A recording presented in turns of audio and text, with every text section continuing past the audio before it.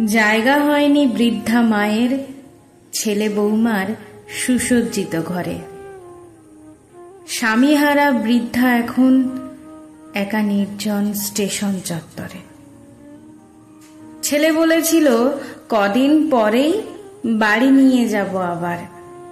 ভেবো না মা, কত ট্রেন আসে কত ট্রেন যায়, শুধু ছেলে নিতে আসে না।